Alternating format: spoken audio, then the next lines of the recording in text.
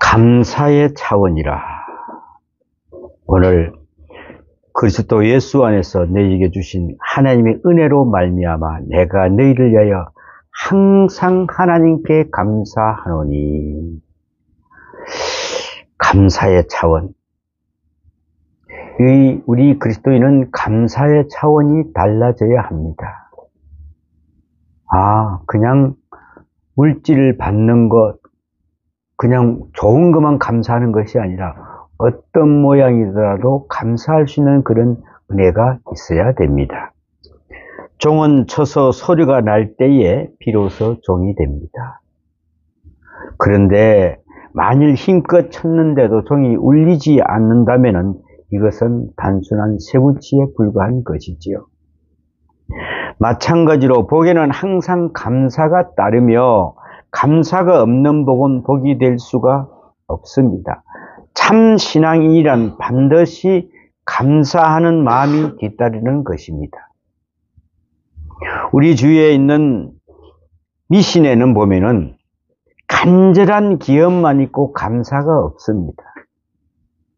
무조건 달라 하고 빌기만 하지요.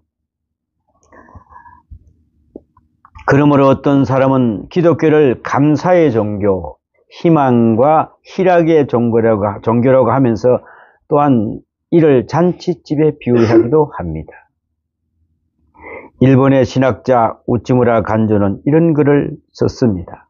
만일 하나님이 인간을 저주하신다면 그것은 질병이나 실패나 배신이나 죽음으로 저주하는 것이 아니라 오히려 하나님이 살아계심이 믿어지지 않는 불신앙으로 성경을 읽어도 하나님의 말씀이 들려오지 않는 막힌 귀로 감사하는 마음이 생기지 않는 메마른 마음으로 저주하실 것이다 그랬습니다. 감사하는 마음이 없는 사람, 성경을 읽어도 막혀서 들리지 않는 사람, 한량없는 은혜 가운데 살면서도 마냥 울적해하고 불평, 불만이나 원망으로 가득 찬 마음 때문에 추워도 감사하는 마음이 생기지 않는다면 그것이 바로 하나님의 저주가 아니냐 하는 것입니다. 여러분, 오늘은 감사를 몇 번이나 하고 오셨습니까? 내가 걸을 수 있는 자신이 감사하고, 내가 오늘도 호흡을 할 수 있는 자체가 감사하고, 내가 오늘도 일어나서 같이 가족들과 같이 동행하는 이 자체도 감사해야 되고, 모든 것이 감사뿐이 없습니다. 그런데 우리는 이 감사를 모르고 산다는 게 참 안타까운 일이죠. 물질이 풍족하다고 소유한다고 이것이 복이 아닙니다.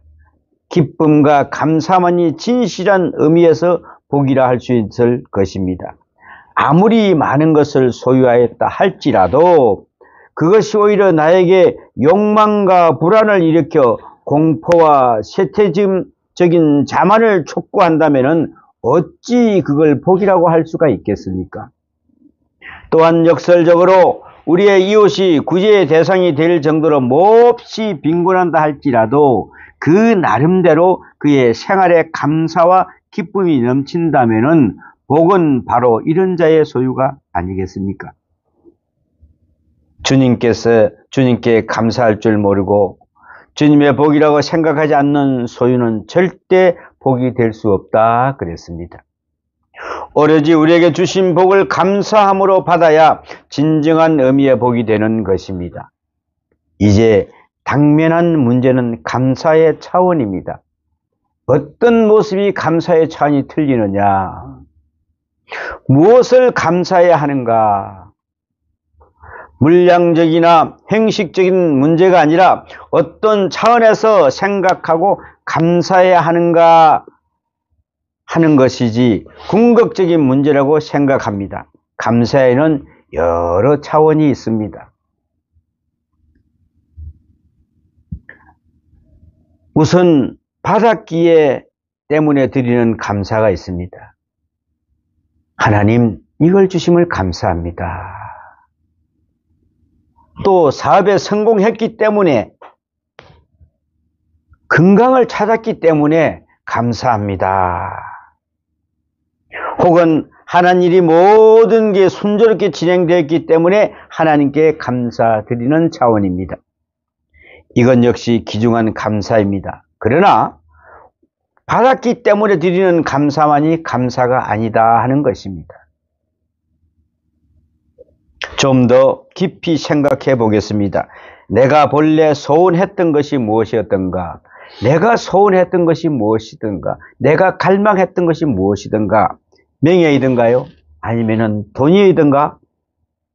본래 소망했던 것이 명예였던 사람이 불명예스러운 행위로 거금을 모았다고 가정할 때에 겉으로는 보기에는 굉장한 성공한 사람으로 보이지만은, 그러나 그의 속 사람은 철저하게 실패한 사람입니다. 인생의 목표가 뚜렷하고 소망에 확실한 사람만이 한 가지의 일에서나 또한 한 걸음을 전진하여 나가는 과정에서 진실한 감사를 드릴 수가 있다 그랬습니다. 그저 바람이 부는 대로 확고한 인생의 목적이 없이 사는 사람은 어떤 은혜가 주어지더라도 그것은 우연이며 감사할 조건이 되지 못합니다 그랬습니다. 그러므로 그는 받는 것에 대하여 기쁨과 감사를 느낄 수가 없습니다, 여러분. 우리가 이 기쁨에 감사를 받아야 되는데 이게 기쁨에 감사가 없다 그러면 어떠한 사람이겠습니까? 정말 메마른 사람이지요. 그런가 하면은 나에게 복을 준 네가 누구인지도 모르는 사람도 있습니다. 아니, 나를 이렇게 복을 줬는데 이게 왜 줬지? 아, 그냥 내가 열심히 하다 보니까 줬구나. 이 같은 도우심이 어디서부터 온 것인지도 모르는 사람도 역시 감사할 줄을 모르는 사람입니다. 모든 것이 나의 땀과 피 때문에 이루어진 것이라고 생각하는 사람은 진심으로 감사할 줄 모르는 사람입니다. 내가 노력해서 됐다, 내가 피땀을 흘려서 됐다, 이렇게 생각해 보는 것이죠. 다음과 같은 경우를 한번 생각해 보겠습니다. 농사를 짓는 농부가 손에 굳은 살이 베이도록 그렇게 고생을 하고 땅을 파고 물을 주고 씨를 뿌려도 만약에 이렇게 해서 모든 것이 다 준비했다 칩시다. 그런데 1년 내내 비가 한 방울도 내리지 않았다고 생각한다면 그의 농사는 아주 엉망이 됐을 것입니다. 그런데 감사가 나오겠습니까? 내가 열심히 노력을 했는데 왜 노력의 결실이 없는 것입니까? 나는 거짓말을 하지 않았습니다, 하나님. 이렇게 원망할 거 아니겠습니까? 이와 마찬가지로 우리 인간이 애써 피땀을 흘리며 노력했다 할지라도 하나님의 도움이 없으면 아무것도 성취할 수 없습니다. 그러므로 우리는 이 같은 도우심이 어디서부터 오는가를 깨달아야 한다는 것이죠. 이번에 산청 산불이 나서 야단을 칩니다. 그런데 거기서 비가 많이 온 것이 아니라 조금만 오는데도 벌써 모든 이 불은 찾아드는 것을 볼 수가 있습니다. 여러분, 그때의 감사와 고마움을 느끼는 이걸 누가 주셨는가? 이런 은혜가 왜 우리에게 왔는가? 이걸 감사로 느껴야 된다는 것입니다. 그러므로 우리는 이와 같이 도우심이 어디서 오는가를 깨달아야 합니다. 약간 차원을 달리 생각해 볼 것이 있습니다. 사도 바울이 예수님의 말씀을 직접 인용하여 하신 말씀이 있습니다. 사도행전 20장 35절에 범사에 여러분에게 모범을 보여준 바와 같이 수고하여 약한 사람을 돕고 또 주 예수께서 친히 말씀하신 바 주는 것이 받는 것보다 복이 있다 하심을 기억하여야 할지니라 그랬습니다. 뭐라고요? 주는 것이 받는 것보다 복이 있다. 여러분, 없어도 베풀 때 열심히 베풀십시오. 이것이 복이 있다 했습니다. 어린아이는 받음으로 기뻐합니다. 그러나 어른은 줌으로 기뻐해야 한다는 것입니다. 여러분은 아직도 받을 때만 기뻐하고 복되다고 하지 않으십니까? 그렇다면은 여러분은 아직도 어린 나이와 같은 신앙인이다 하는 것입니다. 내가 맛있는 음식을 먹고 마시고 좋은 옷을 입는다는 사실로 기쁨을 얻기보다는 남을 대접하고 사랑하는 마음으로부터 참된 기쁨을 얻을 수 있기를 바랍니다. 이런 모습이라야 됩니다. 사랑받기보다는 사랑하기를, 위로받기보다는 위로하기를 원하는 신앙인이 되기를 축원합니다. 남을 대접하고 도와줄 수 있는 기회와 능력을 주신 하나님께 감사하도록 우리는 하십시오. 받는 자는 불평과 원망이 있을 수 있지만은 주는 자의 마음은 오로지 지극한 기쁨과 감사만이 넘쳐 흐릅니다. 왜 그럴까요? 받는 사람은 내가 이거 쓸모없는데 왜 주셨을까? 그런데 주는 사람은 아주 기쁜 마음으로 정말 이분 이걸 가지고 어떻게 잘 쓰겠지 하고 주시는 마음이라는 것이죠.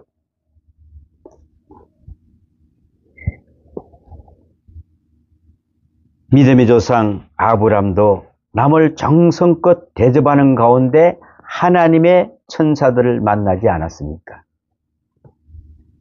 그때에 아브람이 거기에 앉아있던 사람이 누군지를 알았겠습니까?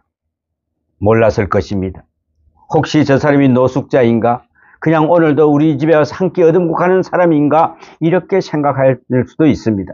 그러나 그분을 데리다가 여기서 조금만 쉬십시오. 제가 물을 가지다가 당신들의 발을 씻기를 원합니다. 우리가 모든 걸 하기를 원해. 그래도 하시겠습니까? 라고 할 때에 그래, 하겠다. 감사하다. 이것이 복을 받는 비결입니다. 우리는 적어도 주는 차원에서 감사와 영광을 드리는 성장된 인격의 소유자가 되도록 우리는 기도하십시오. 다음에 생각해 볼 차원은 깨달음에서 얻어지는 감사입니다. 행복은 소유에 있지 아니하고 깨달음에 있으며 감사 또한 이 깨달음에 있습니다. 많은 은혜 중에 살다가 은혜 속에 죽는다 해도 깨달음이 없으면 역시 감사하는 마음이 있을 수 없습니다. 미국의 유명한 실업가로 유명한 스텔리 텐 박사가 있었습니다. 이 사람이 회사를 운영해서 엄청난 부자로 되었습니다. 그런데 어느 해에 갑자기 척추암 말기라는 진단을 받았습니다. 여러분, 지금은 그래도 암 사기 별거 아니고 그래도 좀 열심히 하면 낫는 것 같습니다. 그런데 당시에 척추암은 약물이나 수술로 치료할 수 없는 아주 중병이었습니다. 그래서 사람들은 그가 곧 죽을 것이라고 했는데 얼마 후에 병상에서 일어나서 다시 회사에 여전히 출근을 했습니다. 주변 사람들이 깜짝 놀라서 어떻게 병이 낫게 되었냐고 물었습니다. 이때 스텔리 텐 박사는 내가 치료한 것이 아니고 내가 하나님께 감사하다는 기도를 했을 뿐이라고 대답했습니다. 하나님께 감사의 기도를 했는데 어떻게 그게 치유가 되었단 말입니까, 여러분? 있을 수 있는 일입니까? 어떻게 기도했느냐? 하나님, 저를 병들게 한 것을 감사합니다. 병들어 죽는다 해도 감사합니다. 저는 죽는 순간까지 감사하겠습니다. 라고 했습니다. 만일 하나님께서 살려주시면은 하나님의 뜻대로 살겠으며 죽으라면은 죽겠습니다. 하나님께 무조건 감사할 뿐이라고 기도를 했답니다. 그래서 순간 감사하고 또 감사했더니 암세포가 없어지고 건강을 회복하게 되었다고 하면서 감사 때문이라고 이렇게 고백을 했습니다. 여러분, 우리가 조금 짜증나는 일 많이 있어요. 또 어찌 보면은 그냥 이것도 불평불만 이렇게 너무나 많이 있어요. 이때 이것도 감사합니다. 정말 이 모든 게 감사합니다라고 할 때 감사에는 사탄이 달릴 수가 없답니다. 감사하는 데는. 아니 죽어도 감사하겠다는데, 병들어도 감사하겠다는데 어떤 사탄이 거기에 달라들겠습니까? 인간에게는 다른 동물과 구별되는 이성이라는 것이 있습니다. 이 이성이 없다면 인간은 동물과 하등의 차이가 없는 존재가 되고 말 것입니다. 이 이성이란 깨달음이다. 그래서 깨달음입니다. 똑같이 먹고 마시고 살지만은 음식을 만들어준 사람의 정성과 사랑을 깨닫고 기쁨과 감사로 느껴지는 것이 인간의 존재라 그랬습니다. 깨달지 못하는 인간, 즉 이성을 갖지 못하는 인간을 인간이라고 할 수 없습니다. 그런데 이 깨달음은 항상 수고와 정비례합니다. 아무리 수고도 없이 얻은 부와 행복은 가치가 없는 것입니다. 내가 수고 안 했는데 그 가치를 깨닫지 못한다는 것이죠. 그러나 그것을 얻기 위해 피땀을 흘리고 눈물로 기도한 사람에게는 그것이 얼마나 귀중한지를 모른다는 것입니다. 여러분이 정말 귀중하게 기도하고 정말 그걸 위해서 피땀을 써 기도했다면 그게 얼마나 감사하겠습니까? 얼마나 소중하겠습니까? 예를 들어 우리가 새 교회를 하나 세우는데 아무런 수교도 하지 않는 사람은 단순히 와서 참 좋다, 참 예쁘다 교회 이러고 말 것이라는 것이죠. 감정밖에는 느끼지 못하겠지만은 새 교회를 짓기 위하여 기도와 헌금을 하고 가끔은 나와서 봉사를 하는 사람은 하나님께 바치는 교회를 보면서 기쁨과 그 이상의 감격과 경건과 감사를 느끼게 된다 그랬습니다. 그러므로 달성하고자 하는 일에는 얼마나 많은 수고를 하였는가가 그게 문제입니다. 그 깊은 깨달음 속에서 높은 가치를 발견하고 기뻐할 수 있는 것입니다. 빌립보서에서도 의하면 사도 바울은 로마 감옥에 갇혀 있습니다. 로마 감옥에 갇혀 있으면서 무슨 감사가 나오고 무슨 사랑이 나오겠습니까? 본래 그는 감옥에 가지 않기 위해서 여러 방면을 모색해 보기도 했고 지혜를 모아 보기도 하였지만은 결국 도리 없이 감옥에 갇힌 바가 되었습니다. 갈 때에는 불평과 원망도 있었겠지만은 그가 감옥에 들어감으로써 오히려 모든 사람들의 믿음이 더욱 새로워졌고 전도의 열이 뜨겁게 불붙는 것을 보고는 감사하는 것을 봅니다. 빌립보서 1장 12절에 형제들아 내가 당한 일이 도리어 복음 전파의 진전이 될 줄을 너희가 알기를 원하노라 그랬습니다. 내가 지금 감옥에 갇히는 이 상황에서 이 모든 것이 복음의 진전이 됐다. 그러면 어떻게 하시겠습니까? 있을 수 있는 일일까요? 그러나 거기에 감사를 합니다. 내가 당한 일이 도리어 복음의 전파가 되어 진전이 될 줄을 너희가 알기를 원하노라 라고 말하며 감사하는 것을 볼 수가 있습니다. 자신의 고통당함이 전도 사업과 하나님의 역사의 손해나 실패가 아니고 진보임을 깨달았을 때에 그는 그 순간 기쁨과 감사를 드릴 수 있던 것입니다. 여러분, 우리도 이런 마음이 되어야 됩니다. 무엇을 하든지 간에 감사가 먼저 나와야 됩니다. 행복은 절대로 많은 것을 소유한 양적 소유에 있지 않습니다. 돈을 많기 때문에 또 강도가 들어올까 두려워하고 사기당할까 일단 모든 사람을 의심해야 한다면 이것은 어찌 우리가 바라는 행복이라 할 수가 있겠습니까? 때로는 가난도 복이 될 수가 있습니다. 지금은 고통스럽고 이치에 맞지 아니하고 도리어 어긋나도 느껴지는 현실이지만은 이 모든 것이 다 복이었다고 깨닫고 감사할 때에 협동하여 선을 이루는 하나님의 엄청난 은혜를 깨닫는 그 속에 감사가 있는 것입니다. 고린도전서 1장 4절에 보니까 그리스도 예수 안에서 너희에게 주신 하나님의 은혜로 말미암아 내가 너희를 위하여 항상 하나님께 감사하노니. 오늘 본문 말씀입니다. 항상 하나님께 감사하노니. 여러분, 항상 하나님께 감사할 게 뭐가 있습니까? 나는 하나도 없더라. 내가 뭐가 감사할 게 있어? 하나님은 나를 뭘 해주셨는데? 라고 원망할 수 있습니다. 이런 마음을 소유를 가진 사람들은 복이 왔는데도 복을 잡을 수가 없는 것이지요. 누구 말 맞더나 엎어져도 감사하고, 디비져도 감사하고, 뺨을 때리도 감사하고, 이해할 수 있을까요, 우리가? 너희에게 주신 하나님의 은혜를 항상 감사하노니. 이 얼마나 귀한 말씀입니까? 우리에게 주신 신령한 선물이 은혜로 인하여 감사하고 또 부족함이 없이 은사로 채워주심을 감사해야 합니다. 그랬습니다. 우리는 하나님의 자상하고 세밀한 은사적인 복이 없다면 단 1초라도 살아갈 수가 없습니다. 이 은혜를 깨닫는 사람에게는 신비로운 은혜와 감사가 충만할 것입니다. 여러분, 정말 호흡하는 걸 감사하게 생각하십니까? 코로서 이렇게 숨을 쉬는 이 자체가 얼마나 감사한지 모른답니다. 또 내가 걸어갈 수 있는 힘, 내가 아침에 내 스스로 일어날 수 있는 힘이 있다는 게 얼마나 감사한지 모른답니다. 그런데 우리는 이까짓 거 아무 소용없어. 나하고는 소용없는 것이야. 가치를 몰라보는 것이지요. 산소 호흡기를 낀 사람만이 산소가 중요함을 느낀다는 것이죠.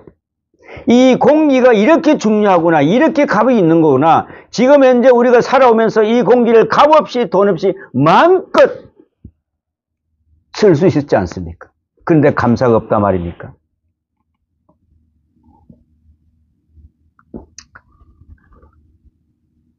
어저께 그저께 보니까 미얀마에서 지진이 났습니다. 그죠? 그런데 미얀마에서 지진이 났는데 왜 태국 방콕의 30층 건물이 무너집니까? 참 그 무너지는 장면이 굉장하더구만요. 우리는 충분히 거기서 뭘 하지 못할까? 충분히 기초를 확실히 세우지 못하면 아무것도 쓸 수가 없는 것입니다. 우리가 믿음이 정말 중요합니다. 하나님을 믿는 믿음, 예수에 대한 믿음, 그 믿음이 없으면 우리는 그 기초는 아무리 그 나무가 잘 올라가고 예쁘게 잘 생겼다 하더라도 그것은 바람에 넘어지면 쓰러진다는 것이죠.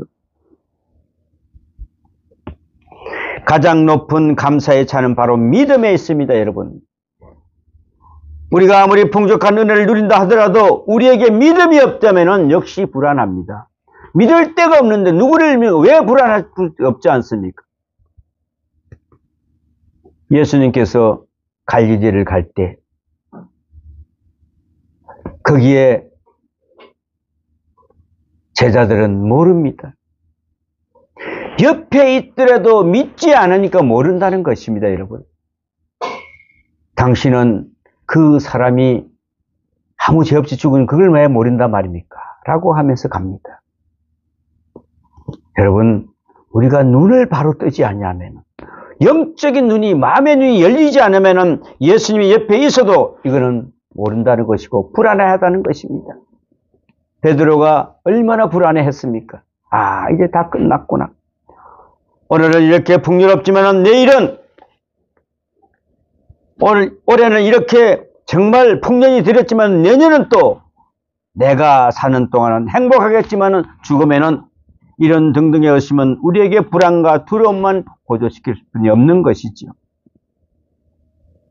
항상 위기의식을 느끼며 마음껏 기뻐하지도 감사하지도 못한다는 것입니다. 손양한 목사님을 잘 아시죠? 여러분, 사랑의 원자탄이라는 별명을 가지고 있습니다. 오늘 욥기서 1장 21절 말씀을 먼저 한번 보겠습니다. 이르되 내가 모태에서 알몸으로 나왔은즉 또한 알몸이 그리로 돌아갈지라도 주신 이도 여호와시요 거두신 이도 여호와이시오니 여호와 이름이 찬송받으실지어다 하고 그랬습니다. 주신 이도 여호와, 취하신 이도 여호와, 여호와 이름을 찬송할지어다. 손양은 목사님이 여수에 순천 반란 사건이 일어났습니다. 손양은 목사님 아들 형제가 공산당원에게 학살을 당했습니다. 그 공산당원은 큰아들의 친구였습니다. 고등학교. 그 큰아들은 미국을 유학을 가기 위해서 준비 다 해놓고 있었습니다. 거기서 무참히 살해를 당했으니 얼마나 억울하겠습니까? 그런데 두 아들 장례식을 하게 되었습니다. 물론 여러 사람들이 목사님을 위로하기 위해서 정성을 다했습니다. 그러나 그때 손양은 목사님은 장례식에 나와서 8가지로 감사를 표했다는 것입니다. 여러분, 내 아들이 공산당에 의해서 죽었는데 거기서 감사가 나오겠습니까, 여러분? 참, 우리 이걸 보면서 어떻게 나는 우리의 삶을 살아갔는가 하는 생각을 해보게 됩니다. 뭐라고 감사합니까? 한 집안에 순교자 하나만 나와도 감사한 일인데 둘이 생겼으니 얼마나 감사한가.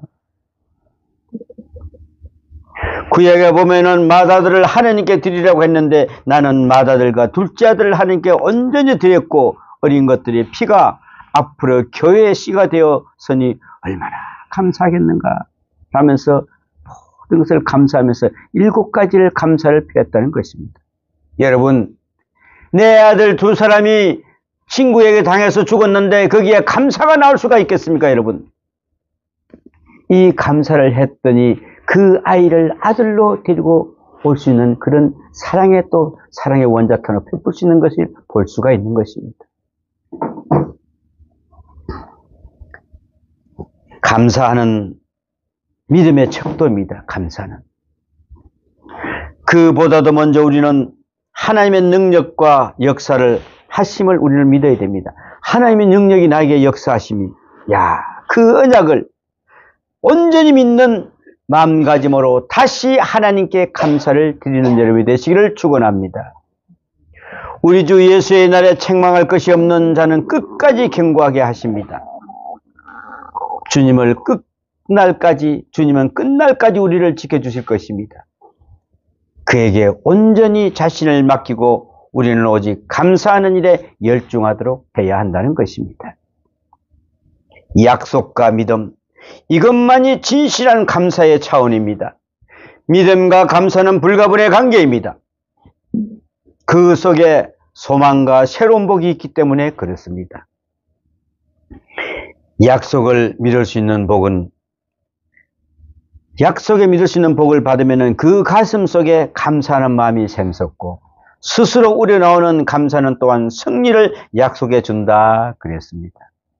여러분, 울고 불며 원망하고 예언하는 기도보다는 감사 찬송을 부리며 자신이 속한 첫 열매를 정성껏 바치는 그 마음에 놀라운 복이 함께 하심을 기억하도록 하십시오. 우리는 찬양하십시오. 하나님께. 그렇습니다. 진정으로 감사하는 그 마음에 주님은 더 큰 감사의 제목을 선물로 주심을 우리는 잊지 말아야 됩니다. 주님께서 주시는 그 감사의 선물 얼마나 아름답습니까, 여러분? 진정한 승리란 정복도 아니요 많은 소유도 아닙니다. 이 진정한 승리란 끝없이 감사하는 마음이다 그랬습니다. 여러분, 끝없이 감사할 때 복이 옵니다. 감사의 힘으로 세상을 이기고 그뿐 아니라 그 속에 하나님의 복 주심과 승리의 기쁨이 있음을 명심하도록 하십시오, 여러분. 감사 안에 복이 있습니다. 거기에 승리가 있습니다, 여러분. 우리들은 치열한 사탄과 싸움에서 이기게 하시는 하나님께 우리의 끝날까지 감사의 기도를 쉬지 말아야 됩니다. 사탄은 지금도 호시탐탐 우리를 노리고 있습니다. 내가 저들을 뭘 뺏을까? 뭘 줄까? 무슨 독약을 줄까? 이런 사탄의 계갈에서 우리는 있습니다. 오늘도 우리의 치열한 사탄의 싸움에서 승리하는 여러분이 되시기를 축원합니다. 기도합니다. 아버지 하나님, 우리에게 감사를 허락해 주신 하나님, 기도와 영광과 찬송을 드립니다. 눈이 있어도 볼 수 없는 저희들, 주님의 놀라운 복을 깨닫지 못하고 감사도 드리지 못했습니다. 주님, 저희에게 주님의 성령을 허락하시어 주시고 주님의 복을 깨닫고 감격하며 감사하는 생활을 할 수 있도록 우리를 도와주시옵소서. 감사와 더불어 기도하고 감사와 더불어 승리하여 오래지 주님께 영광을 돌리는 저희들이 되게 하여 주시옵소서. 이 모든 말씀 우리 주 예수님 이름으로 기도함나이다. 아멘.